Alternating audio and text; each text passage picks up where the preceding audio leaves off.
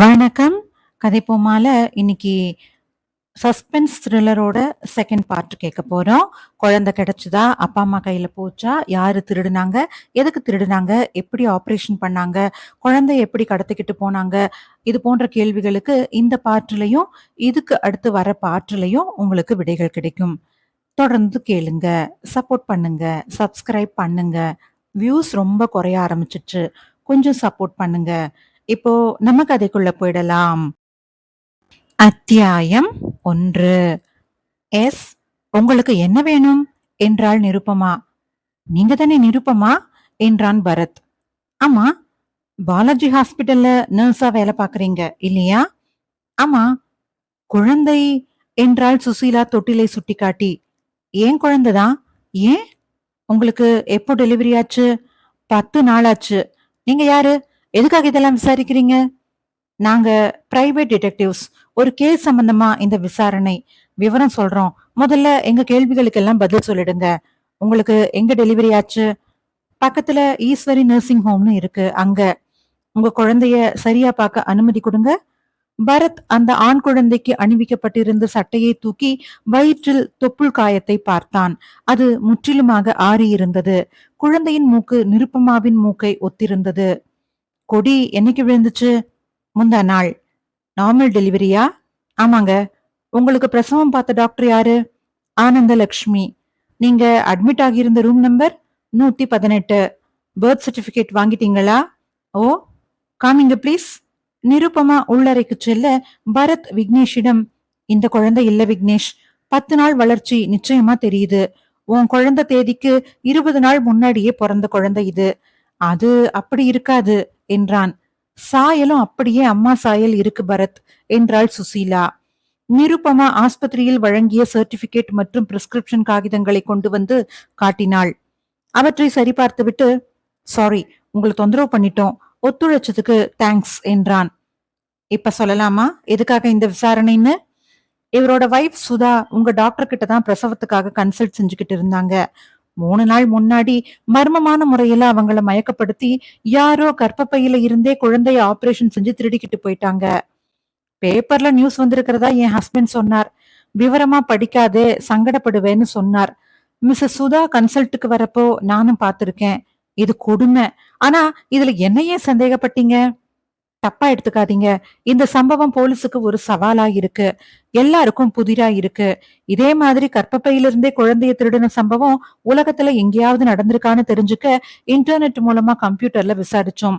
அப்போ அமெரிக்காவுல மனநிலை தவறின நர்ஸ் ஒருத்தி இப்படி செஞ்சதா செய்தி கிடைச்சது. உங்க ஹாஸ்பிட்டல்ல பிரசவ லீவுல யாராவது நர்ஸ் போயிருக்காங்களான்னு விசாரிச்சப்போ உங்களை சொன்னாங்க. அதனாலதான் வந்து விசாரிச்சோம். நல்ல வேளை, எனக்கு 10 நாளைக்கு முன்னாடி பிரசவம் ஆச்சு. டெலிவரி தள்ளி போய் 3 நாளைக்கு முன்னாடி நடந்திருந்தா இது என்னோட குழந்தைதான்னு அவ்வளவு சுலபமா ஒத்துக்கிட்டு இருக்க மாட்டீங்க இல்ல? சாரி, சந்தேகப்படுறதும் விசாரிக்கிறதும் எங்க கடமை. புரியுது. ஆனா இந்த விஷயத்துல நீங்க ஒரு பொம்பளைய தயவு செஞ்சு சந்தேகப்படாதீங்க. இவ்வளவு அரக்கத்தனமா எந்த பொண்ணும் நடந்துக்க மாட்டா என்றாள் நிருபமா. மூவரும் சோர்வாக தங்கள் காருக்கு நடந்தார்கள். அத்தியாயம் 2. முருகேசன் டென்னிஸ் விளையாடிக் கொண்டிருந்தார். சுசீலா டீப்பாயில் கிடந்த புத்தகங்களில் ஒன்றை தேர்வு செய்து கொண்டு புரட்டினாள். பரத் முருகேசனுக்கு எதிர்ப்புறம் விளையாடிக் கொண்டிருந்த பெண்ணை பார்த்து கொண்டிருந்தான். முருகேசன் ஆட்டம் முடிந்து வந்து உட்கார்ந்தார். பரத் அவருடன் பேசுவதற்கு சரியாக உட்கார்ந்து கொண்டான். அந்த தையல் நரம்பு மேட்டர்ல 10 சப் இன்ஸ்பெக்டர்ஸ் நுரை தள்ளுற அளவுக்கு விசாரிச்சுக்கிட்டு இருக்காங்க பரத் என்றார். ஒரு பிரேக் கிடைக்கலையா? இல்லை. முராரி சர்ஜிக்கல்ஸ் அந்த நம்பரோட டீலர். அவன் இந்த 10 நாள்ல சிட்டில மொத்தம் 47 கடைகளுக்கு அந்த நரம்பு சப்ளை செஞ்சிருக்கான். அதுல 18 ஹாஸ்பிட்டல்ஸ். மொத்தம் எவ்வளவு நரம்பு தெரியுமா? 3000. My god! அந்த நரம்பு சிசேரியன் கேஸுக்கு மட்டும் பயன்படுத்துற நரம்பு இல்ல. அதுதான் சிக்கலே. சாதாரணமா நெத்தியில கிழிஞ்சா தையல் போடுவாங்களே, அதுக்கும் பயன்படுத்தலாம். ஜெனரல் பர்பஸ் கொண்ட நரம்பு அது. அந்த ரூட்ல போய் குற்றவாளியை பிடிச்சிட முடியுங்கிற நம்பிக்கை எனக்கு தேஞ்சுக்கிட்டு இருக்கு. ஆனாலும் விடாம விசாரிச்சுக்கிட்டு தான் இருக்காங்க. சுதாவுக்கு துணையா சுசீலா தங்குற விஷயம் விக்னேஷ் ஆபீஸ்ல 3 பேருக்கு தான் சார் தெரியும். அவனோட சீஃப் மாதவன், கூட வேலை செய்யற Mrs Zeenat, company car driver Pollachi. Driver பேரை சொல்லுங்க பரத். பேரு தான் சுசி. பொள்ளாச்சி. விளையாடுறீங்களா? நிஜமாதான். பழனி, சிதம்பரம், திருப்பதின்னு எல்லாம் பேர் வச்சுக்கிறது இல்லையா, அது மாதிரி இது பொள்ளாச்சி. பரத், அவங்க 3 பேரையும் தரோவா விசாரிச்சாச்சு. நானே பர்சனலா போய் விசாரிச்சேன். சம்பவம் நடந்தப்போ அவங்களுக்கு அலிபி இருக்கு. எந்த விதத்திலையும் சம்பந்தப்படுத்த முடியல. மருத்துவ அறிவு உள்ள ஒருத்தன் செஞ்சிருக்கான். இந்த ஒரு தகவல்லையே வட்டம் சின்னதாயிடுதே சார். எப்படி எப்படி சின்ன வட்டம்னு சொல்றீங்க? டாக்டர்ஸ், நர்சஸ், வார்டு பாய்ஸ் தவிர மெடிக்கல் காலேஜ் ஸ்டூடெண்ட்ஸும் இந்த வட்டத்துக்குள்ள வராங்களே. உண்மை. லேபுக்கு வெளியிலயும் கட் பண்றாங்க என்றாள் சுசி. ராகிங் எங்க போய் நிறுத்தி இருக்கு பாருங்க. ஒரு சம்பவத்தை வச்சு பொதுப்படையா பேசக்கூடாது சுசி. இந்த ராகிங் ஏன் ஏற்பட்டது தெரியுமா? ஏதோ ஒரு வாழ்க்கை சூழ்நிலையிலிருந்து புதுசா காலேஜுக்கும் ஹாஸ்டலுக்கும் வர்ற மாணவன் புது இடத்துல எந்த அறிமுகமும் இல்லாம ஃப்ரெண்ட்ஸும் இல்லாம தனிமையா ஃபீல் பண்ணுவான். அந்த தனிமை, தயக்கம் இதையெல்லாம் உடைக்கிறதுக்காக சீனியர்ஸ் அவனை ராகிங் செஞ்சு அப்புறம் ஃப்ரெண்ட்ஸ் ஆயிடுவாங்க. ராகிங் செஞ்சவனும் செய்யப்பட்டவனும் கொஞ்ச நாள்ல இணை பிரியாத நண்பர்களா ஆன உதாரணங்கள் எல்லாம் இருக்கு. ஆனா இந்த ராகிங் எல்லையை தாண்ட ஆரம்பிச்சப்பதான் அநாகரீகமா, விபரீதமா மாறிடுச்சு. நட்பை ஏற்படுத்துறதுக்கு பதிலா பழி உணர்ச்சியை ஏற்படுத்த ஆரம்பிச்சிடுச்சு. எதுவுமே எல்லைக்குள்ள இருந்தா தான் ரசிக்க முடியும் சுசி என்றான் பரத். புரியுது என்றாள் சுசீலா. சில குற்றங்கள்ல அந்த குற்றத்துக்கான மோட்டிவ், யார் குற்றவாளிங்கிறத ஓரளவுக்கு யூகமாவது செய்ய வைக்கும். இது புது குற்றமா இருக்கு. என்ன காரணத்துக்காக இது நடத்தப்பட்டிருக்குன்னு பிடிபடல பரத். அந்த குழந்தை அபூர்வ திறமைகள் கொண்ட குழந்தையா இருக்கலாமோன்னு ஒரு கணம் யோசிச்சோம் சார். ஆனா டாக்டர் வேதவல்லி நோ சான்ஸ்னு சொல்லிட்டாங்க. அவங்க சொன்ன இன்னொரு யூகம் சிரிக்க வச்சது. என்ன சொன்னாங்க? எவனாவது போலி சாமியார் யாராவது அரசியல்வாதிக்கு கர்ப்பத்துல இருந்து குழந்தை திருடி காவு கொடுத்தா சிபிஐ கிட்ட இருந்து தப்பிச்சுக்கலாம்னு கோணங்கித்தனமா சொல்லி இருக்கலாமோன்னு சொன்னாங்க. இருந்தாலும் ஆச்சரியப்படுறதுக்கு இல்ல. நம்ம நாட்டுல மூட நம்பிக்கையை வளர்க்கிறவங்களுக்கு பஞ்சமே இல்ல. ஏன் சார், இது ஒரு சைக்கோ டாக்டரோட வேலையா இருக்கலாமா? ஒரு சைக்கோவுக்கு ஆபரேஷன் செஞ்சு குழந்தையை எடுத்துக்கிட்டு பொறுமையா மறுபடி தையல் போடுற நிதானம் இருக்க முடியுமா பரத்? அது அவன் எத்தனை பெர்சன்ட் சைக்கோன்றத பொறுத்தது. இந்த மேட்டர் இப்ப டாக் ஆஃப் த கண்ட்ரி ஆயிடுச்சு பரத். குழாய் அடியிலையும் சினிமா தியேட்டர்லயும் இத பத்தி தான் பேசிக்கிட்டு இருக்காங்க. அவ்வளவு ஏன் சார், இந்த ஜோக் எழுதுறவங்க எவ்வளவு ஸ்பீடா இருக்காங்க பாருங்களேன். 4 நாள்ல ஜோக் எழுதி அனுப்பி அது இந்த வார விகடன்ல பிரசுரமும் ஆயிடுச்சு சார் என்ற சுசீலா அங்கே இருந்த விகடனை புரட்டி அந்த ஜோக்கை சுட்டி காட்டினாள். இன்ஸ்பெக்டர், இதோ பாருங்கம்மா, நீங்க கர்ப்பமா இருக்கலாம், இப்ப டெலிவரி டைமா இருக்கலாம். ஆனா இதுக்கெல்லாம் போலீஸ் பாதுகாப்பு கேக்குறது நல்லாவே இல்ல. சிரித்துவிட்டு முருகேசன் எழுந்து கொள்ள இவர்களும் எழுந்து கொண்டார்கள். மாதர் சங்கத்துல இருந்து ஊர்வலம் போறதுக்கு முன்னாடி குழந்தைய கண்டுபிடிச்சிட்டீங்கன்னா நம்ம காவல்துறைக்கு கௌரவமா இருக்கும். பாக்கலாம் பரத், மினிஸ்டர் கூட போன்ல பேசிட்டார். எந்த டெவலப்மெண்ட் இருந்தாலும் ஷேர் பண்ணிக்கிறேன். சுசி, நீ நம்ம கார்ல வெயிட் பண்ணு, நான் சார் கிட்ட ஒரு மேட்டர் பேசிட்டு வந்துடுறேன். சுசீலா அவனை சந்தேகமாக பார்த்து விட்டு, இந்த கிளப்ல மெம்பரா சேர்த்து விட சொல்வாரு, அந்த பாவத்தை மட்டும் செஞ்சிடாதீங்க சார் என்று சொன்னாள். என்ன பரத் இது என்றார் முருகேசன். ஒன்னும் இல்ல சார், சும்மா காமெடிக்கு என்று சொல்லிவிட்டு புறப்பட்டார்கள் பரத்தும் சுசீலாவும். அத்தியாயம் 3. ஒரு வார தாடியை இன்னும் அழிக்காமல் வைத்திருந்தான் விக்னேஷ். கண்கள் பள்ளத்தில் இருந்தன. தொடர் சிகரெட் வாக்கியத்துக்கு வாக்கியம் இருமல் வழங்கி கொண்டிருந்தது. இன்னைக்குதான் சுதாவை ஆஸ்பத்திரியில இருந்து டிஸ்சார்ஜ் பண்ணி வீட்டுக்கு கூட்டிக்கிட்டு வந்தேன் பரத். அந்த பெட்ரூம்குள்ள வரத்துக்கே பயப்படுறா. கையெல்லாம் நடுங்குது. குழந்தை அழற சத்தம் காதுல கேட்டுக்கிட்டே இருக்குதான். கனவுலையும் துரத்துதான். என்னென்னவோ இமேஜின் பண்ணிக்கிறா. ரொம்ப பேதலிச்சிருக்கிறா சார். யார் தூக்கிக்கிட்டு போயிருந்தாலும் சரி, எங்க இருந்தாலும் சரி, நம்ம குழந்தை உயிரோட தான் இருக்குன்னு மட்டும் உறுதியா தெரிஞ்சு சொல்லுங்கன்னு அழறா பரத். நேச்சுரல் என்றான் பரத். கையில் இருந்த பென்சிலை ஸ்டாண்டில் போட்டுவிட்டு சுசீலா கர்ச்சிப் கொண்டு இமைத்துளிகளை ஒற்றிக்கொண்டாள். என்னாலதான், எல்லாமே என்னாலதான். அந்த போன் காலுக்கு நான் முட்டாள்தனமா ஏமாறாம இருந்திருந்தா எல்லாத்தையும் தவிர்த்திருக்கலாம். தொண்டை அடைத்தது அவளுக்கு. நீங்க ஏன் சிஸ்டர் ஃபீல் பண்றீங்க? எங்களுக்கு இப்படி நடக்கணும்னு இருந்திருக்கு. நீங்க இல்லாத சமயம் பகல்ல இது நடந்திருந்தா அப்போ நீங்க எப்படி பொறுப்பாவீங்க? வந்தவன் சர்வ நிச்சயமா தீர்மானிச்சிருந்து சுசீலாவையும் மயக்கப்படுத்திட்டு இதே காரியத்தை செஞ்சிருக்கலாமே. Don't be emotional Susi. செஞ்சது யாருன்னு கண்டுபிடிச்சு குழந்தைய மீட்டு கொடுக்க முடியாத இயலாமையில மனசு நொந்து போகுது பரத். ரவி கொண்டு வந்த காஃபிக்கு பரத் பிளாஸ்டிக் தட்டுக்கள் வைத்தான். ஒலித்த போனை எடுத்தான். Hello, is it Bharat? சிங்கப்பூர்ல இருந்து எமிலி பேசுறேன். No, this is not the time. Call me later please. வைத்தான். காஃபி எடுத்துக்க விக்னேஷ். இத பாரு, இப்ப உன் மனைவிக்கு ஒரே ஆறுதல் நீதான். வீட்டுக்கு போறதுக்கு முன்னாடி நேரா சலூனுக்கு போ. இந்த தாடி சுதாவோட துக்கத்தை இன்னும் தூண்டும். ஏன் பரத், துக்கம் எனக்கு இல்லையா? சரி, அதை அடையாளப்படுத்திக்கணுமா? தப்பா நினைக்காத. இந்த ஒரு வாரமும் நீ பல்லு விளக்காம இருக்கியா? ஒரு ஃப்ரெஷ் லுக் உன் மனசுக்கே ஒரு புது தெம்பு கொடுக்கும். அதுக்கு தான் சொல்றேன். போலீஸ் என்னமோ தீவிரமா தான் இருக்காங்க, இல்ல என்ன சமாதானப்படுத்துறதுக்காக அப்படி சொல்றாங்களோ என்னமோ. உன் மனநிலைக்கு அப்படித்தான் சந்தேகப்பட சொல்லும். But we are in touch. அவங்க தீவிரமா தான் இருக்காங்க. ஏற்கனவே ஆஸ்பத்திரியில குழந்தை திருடி வித்துட்டு ஜெயில அனுபவிச்சு வெளியில வந்தவங்களை எல்லாம் லிஸ்ட் போட்டு தேடி தேடி கடுமையா விசாரிச்சுக்கிட்டு இருக்காங்க. நானும் தனிப்பட்ட முறையில முயற்சிகள் செய்துகிட்டு தான் இருக்கேன் விக்னேஷ். உனக்கு எத்தனையோ கேஸ் காத்துக்கிட்டு இருக்கு. பேத்தாத. சந்தேகத்துக்கு அப்பாற்பட்டவங்கன்னு நீ உன்னோட சீஃப், ஜீனத், டிரைவர் இவங்கள சொல்லிட்ட. போலீஸும் விசாரிச்சு முடிச்சிடுச்சு. ஆனா ஏன் திருப்திக்காக நாங்க அவங்க 3 பேரையும் தனித்தனியா கண்காணிச்சோம். எங்க ஆபீஸ் ஸ்டாஃப் மாதவிக்கு உன் கொலீக் ஜீனத்தை கண்காணிக்கிறது தான் 4 நாளா நான் கொடுத்த வேலை. அவ கொடுத்த ரிப்போர்ட்ஸ் பாக்குறியா? சுசீலா மிஸ்டர் மகாதேவனை வாட்ச் செஞ்சா. நான் அந்த டிரைவர் பொள்ளாச்சிய வாட்ச் செஞ்சேன். இப்ப அவங்க 3 பேரோட தினசரி நடவடிக்கைகள் பூரா எங்களுக்கு தெரியும். சொல்லட்டுமா? மிஸ்டர் மகாதேவன் ஆபீஸ்ல இருந்து நேரா காஸ்மோபாலிட்டன் கிளப் போயிடுறாரு. 2000 ரூபாய் தினமும் சீட்டாட்டத்துல தோக்குறாரு. வீட்டுக்கு போய் சாப்பிட்டுட்டு நாயை கூட்டிக்கிட்டு வாக் போறாரு. காலை 6:30க்கு எந்திரிச்சு, போதும் போதும், ஐ எம் சாரி, எனக்கு இப்ப எதை பார்த்தாலும் யார பார்த்தாலும் எரிச்சலா இருக்கு. உன்னை ஹர்ட் பண்ணிட்டேன், சாரி. நேத்து டிவில கூட்டமா 50 பேர் சிரிக்கிறத பார்த்தேன். உடனே டிவியை அணைச்சிட்டேன் Bharath. I am not in my moods. I understand என்று அவன் கையை ஆதரவாக தொட்டான் பரத். விக்னேஷ் காஃபியை ஒரே மூச்சில் குடித்துவிட்டு வைத்தான். எழுந்து கொண்டான். நான் வரட்டுமா? இப்போ வீட்டுல துணைக்கு என் மாமியார் இருக்காங்க. நிறைய தண்ணி அடிக்கிறியா? தாங்க முடியலையே பரத். எதுல வந்த? கார்ல தான். நீதான் டிரைவ் பண்றியா? ஆமாம். தப்பு விக்னேஷ். இப்ப நீ இருக்கிற மனநிலைமையில தனியா வண்டி எடுக்காத. வீட்லயே இரு. சேஞ்சா இருக்கும்னா ஆட்டோல ஆபீஸ்க்கு போ. போன் செஞ்சிருந்தா நானே வந்திருப்பேன்ல. இங்க பாரு, கொஞ்ச நாளைக்கு உனக்கு பக்கத்துல யாராவது ஒரு ஃப்ரெண்ட் இருக்கணும். அந்த பையன் பேரு என்ன? யாரு? எதிர்மாடியில குடியிருக்கிற பையன்பா. சினிமா சான்ஸ் தேடிக்கிட்டு இருக்கான்னு சொன்னியே. அன்னைக்கு நீ டெல்லிக்கு போனப்ப பொறுப்பா வந்து ஸ்வெட்டர் வாங்கிட்டு போனானே. வரதராஜன்.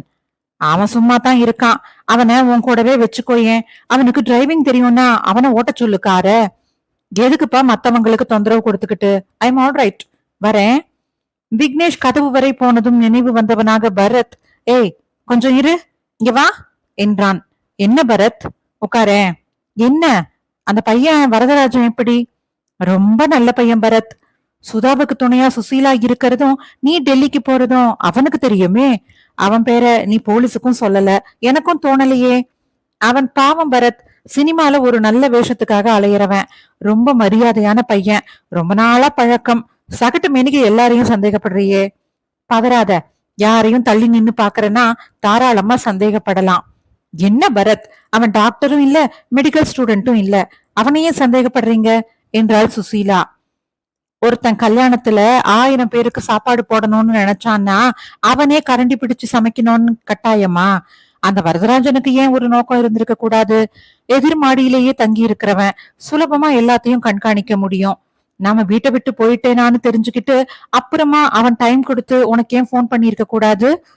இப்படி ஆரம்பிச்சா தெருவுல லாண்ட்ரி வண்டிக்காரன், காய்கறிக்காரன், தபால்காரன், கேஸ் சிலிண்டர் கொண்டாடுறவன், பால் பாக்கெட் போடுறவன்னு 100 பேருக்கு நோக்கம் வச்சு சந்தேகப்பட்டுக்கிட்டே இருக்கலாம் பரத். விக்னேஷ், நீ சொன்ன அத்தனை பேருக்கும் சுசீலா அங்க தங்குறது தெரியாது. பரத்துக்கு ஆபத்துன்னு சொன்னா அவ அலறி அடிச்சுக்கிட்டு ஓடுவான்னு தெரியாது. அந்த காரணத்தினால அவங்க எல்லாத்தையும் சுலபமா விலக்கிடலாம். அப்படி சுலபமா இவனையும் விலக்கிறதுக்கு நான் தயாரா இல்ல. சொல்லு விக்னேஷ், அந்த வரதராஜன் உனக்கு எத்தனை நாளா பழக்கம்? யோசிச்சு சொல்லு.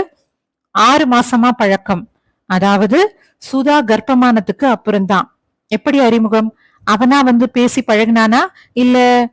விக்னேஷின் முகத்தில் குழப்பம் முடிச்சு விழுந்தது. அவனாத்தான் பழகிக்கிட்டான். எப்படி? வீட்டு வாசல்ல சேர் போட்டு உட்கார்ந்து பேப்பர் படிச்சுக்கிட்டு இருந்தேன். வந்தான். எதிர்மாடி ரூமுக்கு குடி வந்திருக்கிறதா சொல்லி அறிமுகப்படுத்திக்கிட்டான். எலக்ட்ரிக் பாயிண்ட்ஸ்ல கோளாறு இருக்கிறதா சொல்லி டெஸ்டர் இருந்தா கொடுங்கன்னா கொடுத்தேன். அது திருப்பி கொடுக்கறப்ப அவனை பத்தி கேட்டேன். சினிமால சின்ன சின்ன வேஷத்துல நடிக்கிறதாவும் ஒரு நல்ல சான்ஸுக்கு காத்துக்கிட்டு இருக்கிறதாவும் சொன்னான். அவன் பேச்சுல கண்ணியம் இருந்துச்சு. உட்கார வச்சு காஃபி கொடுத்தேன். அப்புறம் அப்புறம் நான் வாக் போறப்போ அவனை சந்திப்பேன். 2 பேரும் சேர்ந்து பேசிக்கிட்டே போவோம். சினிமா இண்டஸ்ட்ரி பத்தி சுவாரஸ்யமான விஷயங்களை நிறைய சொல்லுவான். இப்படித்தான் பழக்கமானா. சுதாவோடவும் பழகுவானா? ஓ எஸ், நிறைய உதவிகள் செஞ்சிருக்கான். வீட்ல விசேஷமா ஏதாச்சும் பலகாரம் செஞ்சா வேலைக்காரி மூலமா அவனுக்கு கொடுத்து அனுப்புறது உண்டு. இன்ஃபேக்ட் அவன் சினிமா கம்பெனிக்கெல்லாம் என் போன் நம்பரை கொடுக்கறதுக்கு அனுமதி கொடுத்திருக்கேன்னா. அப்படின்னா போன் பேசுறதுக்காக அடிக்கடி வீட்டுக்கு வருவானா? அவன் யாருக்காவது பேசுறதுன்னா இங்க வரமாட்டான். அவனுக்கு வர போன் கால்ஸ் அட்டென்ட் பண்றதுக்கு வருவான். அவன் மேல ஒரு சின்ன சந்தேகமாவது வர்ற மாதிரி எப்பயாவது எந்த விஷயத்திலேயாவது அவன் நடந்துகிட்டு இருக்கானா? நல்லா யோசிச்சு சொல்லு. விக்னேஷ் உதடுகளை பிதுக்கினான். ஒவ்வொரு சந்தர்ப்பத்திலயும் அவன் மேல மதிப்பும் மரியாதையும் அதிகமாகிற மாதிரி தான் அவன் இன்னைக்கு வரைக்கும் நடந்துகிட்டு இருக்கிறான். அவனை இந்த விஷயத்துல சம்மந்தப்படுத்தி நினைச்சு பாக்குறதுக்கே எனக்கு ரொம்ப சங்கடமா இருக்கு பரத். இந்த மேட்டர் சம்பந்தமா அவன் உங்ககிட்ட பேசினானா? போலீஸ் வந்து தெருவே அமர்க்களப்பட்டப்ப அவன் ஹைதராபாத்ல ஷூட்டிங்ல இருந்தானா. தெரியாதான். பேப்பர்ல நியூஸ் படிச்சுட்டு 2 நாள் கழிச்சுதான் என்ன வந்து பார்த்தான். ரொம்ப ஆறுதல் சொன்னான். ரொம்ப அப்செட் ஆயிட்டான். பரத் அமைதியாக 2 பேண்ட் பாக்கெட்டுகளிலும் கைகளை நுழைத்து அறைக்குள் நிதானமாக நடைபழகிவிட்டு, சுசி, உனக்கு போன்ல தகவல் சொன்ன அந்த குரலை நல்லா ஞாபகம் இருக்கா என்றான். ஓ எஸ். விக்னேஷ், நீ ஒண்ணு செய். நேரா அவன் ரூமுக்கு போ. அவனை கார்ல இங்க கூட்டிக்கிட்டு வா. குழந்தைய தேடுற விஷயத்துல எனக்கு அவனோட உதவி தேவைப்படுதுன்னு சொல்லி கூட்டிக்கிட்டு வா. வழியில ஒரு டெலிபோன் பூத் பக்கத்துல வண்டியை நிறுத்து. அவனை விட்டு நான் ஆபீஸ்ல தான் இருக்கேனான்னு போன்ல கன்ஃபார்ம் பண்ணிக்கிட்டு வர சொல்லு. அவன் என்னோட பேசுறத இன்னொரு போன்ல சுசீலா கேட்கட்டும். என்ன? அவனை இவ்வளவு தூரம் பரீட்சை பண்ணி பார்க்க வேண்டியதில்லைங்கிறது என்னோட அபிப்பிராயம் பரத். அவனை குற்றவாளியாக்கி பார்க்கணும்னு எனக்கு ஏதாச்சும் வேண்டுதலா விக்னேஷ்? அவன் எனக்கு என்ன எதிரியா? கமான், நான் சொன்னபடி செய் என்றான் பரத். அத்தியாயம் 4. பரத், ஏதாச்சும் பண்ணுங்க பிளீஸ் என்றாள் சுசீலா. என்ன பண்ண சொல்ற சுசி? விக்னேஷோட குழந்தைய கண்டுபிடிச்சே ஆகணும். முயற்சி பண்ணிக்கிட்டு தானே இருக்கோம். அந்த வரதராஜன் கிட்ட இருந்து எனி டைம் போன் வரலாம். விக்னேஷ் இங்க இருந்து போய் 1 மணி நேரத்துக்கு மேல ஆச்சு. போன் வரட்டும். அவன் மேல சந்தேகமா தான் இருக்கு எனக்கு. என்னால அவனை சந்தேகப்பட முடியல பரத். என்கிட்ட ஆட்டோகிராஃப் கேட்கறதுக்கு எவ்வளவு தயங்கினான் தெரியுமா? ரொம்ப பவ்யம். அந்த பவ்யம் இயல்பா நடிப்பான்னு தெரிஞ்சுக்கலாம். நீ ரொம்ப டென்ஷன் ஆகாத. உன் மூடு மாறத்துக்கு ஒரு ஜோக் சொல்லட்டுமா? ஃபாரின் ஜோக், ஆனா லோக்கல் ஜோக். சிங்கப்பூர்ல இருந்து எமிலி போன்ல சொன்ன நம்ம பக்கத்து ஜோக்கு. அவ மறுபடியும் போன் செஞ்சாளா? அதை ஏன் கேக்குற? தினம் காலையில குட் மார்னிங் சொல்றதுக்காக ஒரு தடவை, குட் நைட் சொல்றதுக்காக ஒரு தடவை பேசிடுறா. குட் மார்னிங் சொல்லிட்டு பேச ஆரம்பிச்சானா குட் ஆஃப்டர்நூனே வந்துடுது. உங்களுக்கு விவஸ்தை இல்லையா பரத்? அவளுக்கு தானே போன் பில் ஏறுது. நமக்கு என்ன சுசி? நாஸ்டி ஜோக் எல்லாம் சொல்றாளா அவ? என்ன ஜோக்குன்னே சொல்லல. அதுக்குள்ள அது நீ நாஸ்டி ஜோக்குன்னு சொன்னா எப்படி? குப்பைய குப்பை தொட்டில தானே போடுவாங்க. அந்த மாதிரி உங்ககிட்ட யாரு டீசன்ட் ஜோக் சொல்லுவாங்க? இதே கமெண்ட நீ 10 பேர் முன்னாடி சொல்லி இருந்தேன்னா காதலின்னு பாக்காம நான் மான நஷ்ட வழக்கு போடுவேன் சுசி. போற போக்க பார்த்தா நான் தான் உங்க மேல கேஸ் போட போறேன் பரத். என்னன்னு? எனக்கு துரோகம் செய்யறீங்கன்னு. சச்ச, பெரிய வார்த்தை. 2வது டெலிபோன் மூலமா உலகத்துல யாருமே துரோகம் செய்ய முடியாது சுசி. ஒண்ணு நான் சிங்கப்பூர் போகணும், இல்ல எமிலி இங்க வரணும். என்னதான் கம்ப்யூட்டர்ல மல்டிமீடியா வீடியோ கான்பரன்சிங் டெவலப் ஆனாலும் இதுக்கு நேர்ல தான் சந்திச்சாகணும். அந்த ஆசை வேற இருக்கா? எனக்கு கிடையாது சுசி. அப்போ அவளுக்கு இருக்கா? இதெல்லாம் நேரடியா கேட்க முடியுமா? நாமளா புரிஞ்சுக்க வேண்டியதுதான். அவ போன் நம்பர் என்ன? ஏன் சண்டை போட போறியா? நோ, என் ரசிகைய அவமானப்படுத்துறத அனுமதிக்க முடியாது. அவனை உற்று பார்த்த சுசி, சி போடா என்றாள். என்னது போடாவா? டெலிபோன் ஒலித்தது. சுசி, அந்த வரதராஜனா தான் இருக்கணும். நீ இன்னொரு போன்ல அவன் குரல நல்லா கவனமா கேளு. நான் கொஞ்சம் பேச்சு கொடுத்து இழுக்கிறேன். பரத் எடுத்து, ஹலோ, மூன்லைட் டிடெக்டிவ் ஏஜென்சி என்றான்.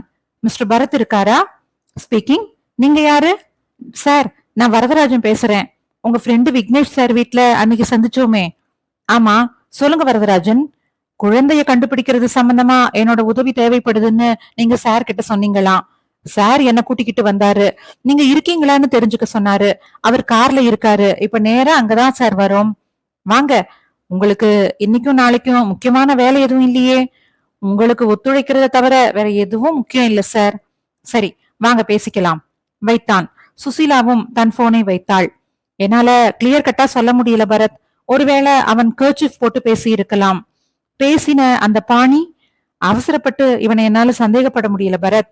சரி, வரட்டும், விசாரிச்சு பார்க்கலாம் என்றான் பரத். அத்தியாயம் 5. வரதராஜன் முழுக்கை சட்டையை முழங்கைக்கு மேலே வரை மடித்து விட்டிருந்தான். க்ளோஸ் கட் தலை, கண்களில் ஒளி இருந்தது, நெற்றியில் விபூதி தீற்றல், ஜீன்ஸ் பேண்ட். விக்னேஷ் ஷூவோடு உள்ளே வர இவன் தன் செருப்புகளை வெளியே விலக்கிவிட்டு வந்ததை கவனித்தான் பரத். என்ன சாப்பிடுறீங்க வரதராஜன்? எதுவும் வேணாம் சார். நான் எந்த வகையில உங்களுக்கு ஒத்துழைக்கணும்னு சொல்லுங்க சார். விக்னேஷ் சார் எப்பவும் எவ்வளவு உற்சாகமா இருப்பார் தெரியுமா? இப்ப பாருங்க சார், எப்படி உடைஞ்சு போயிட்டார் பாருங்க.